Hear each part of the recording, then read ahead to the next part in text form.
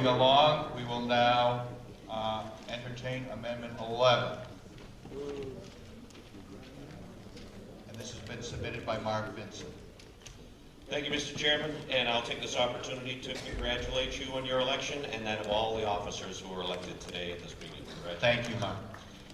This is, for the most part, a housekeeping amendment.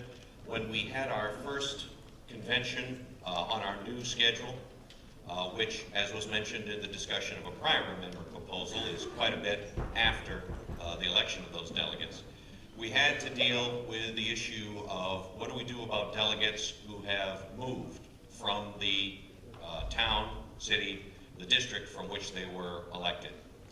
The Credentials Committee decided to disqualify delegates who were no longer residing in the location that they had been elected from. We made this decision based on treatment of delegates, the same as we treat elected officials who win office in a particular district. Those of you who attended the convention last year may recall that there was a bit of difficulty around that issue. So I propose this amendment to clarify that should you move out of the district, which may be a town, maybe multiple towns, or maybe a city ward, if you move out of that district prior to the upcoming convention, you are not eligible to serve as a delegate. Thank you.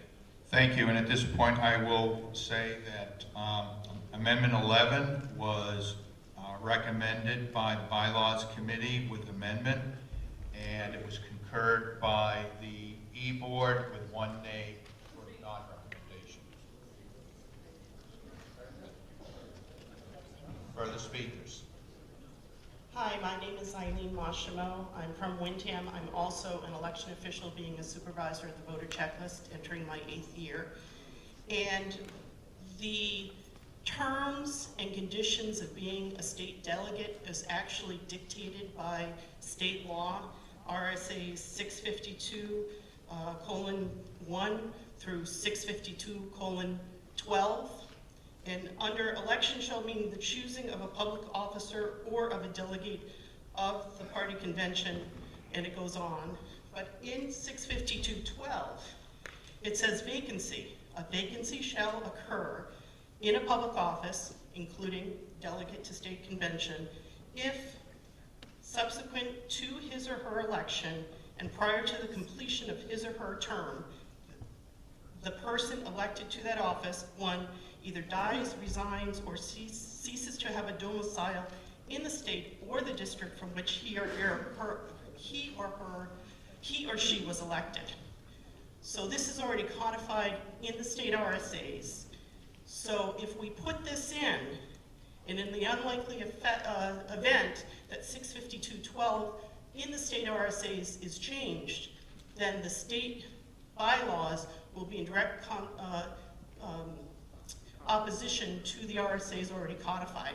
So this amendment is actually not necessary because the state RSA supersedes anything that we do.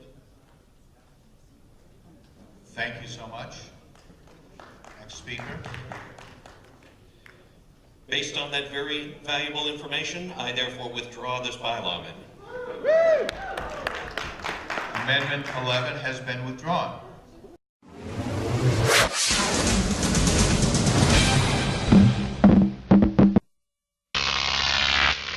Croc TV.